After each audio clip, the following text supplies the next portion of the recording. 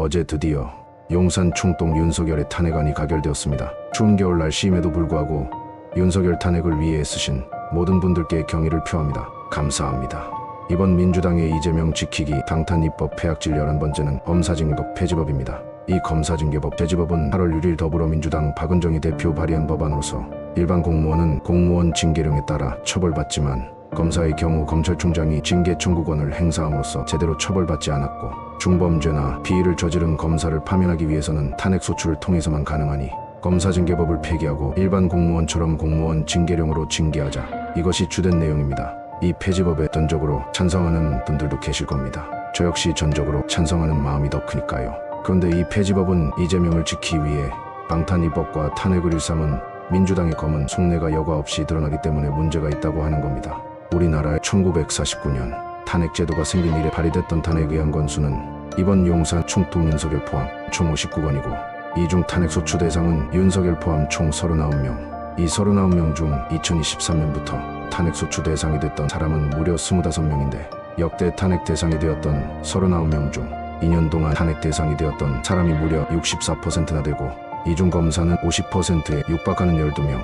이 12명의 검사 중 상당수가 이재명과 그 공범들을 수사했던 검사들이었다는 것이 지금 벌어지고 있는 민주당의 탄핵 남발이 거대 야당의 입법 폐악질이라고 할 수 있는 근거라 할 수 있겠습니다.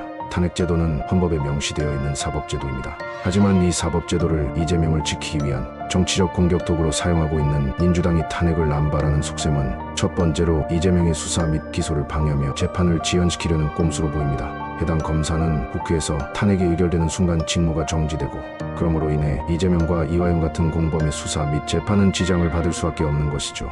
그런데 그나마 국회를 통과했던 검사 탄핵안은 헌재에서 모두 기각되었습니다. 그래서일까요?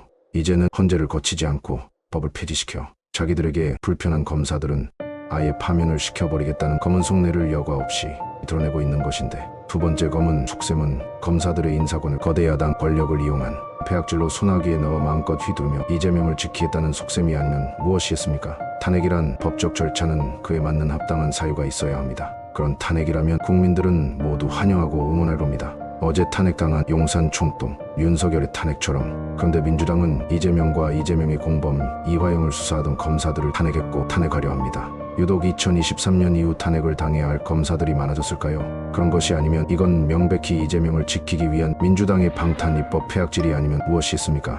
그래서 오늘도 목소리를 냅니다. 이재명을 구속하라. 법원은 곧바로 똑바로 신속하게 재판하라. 감사합니다.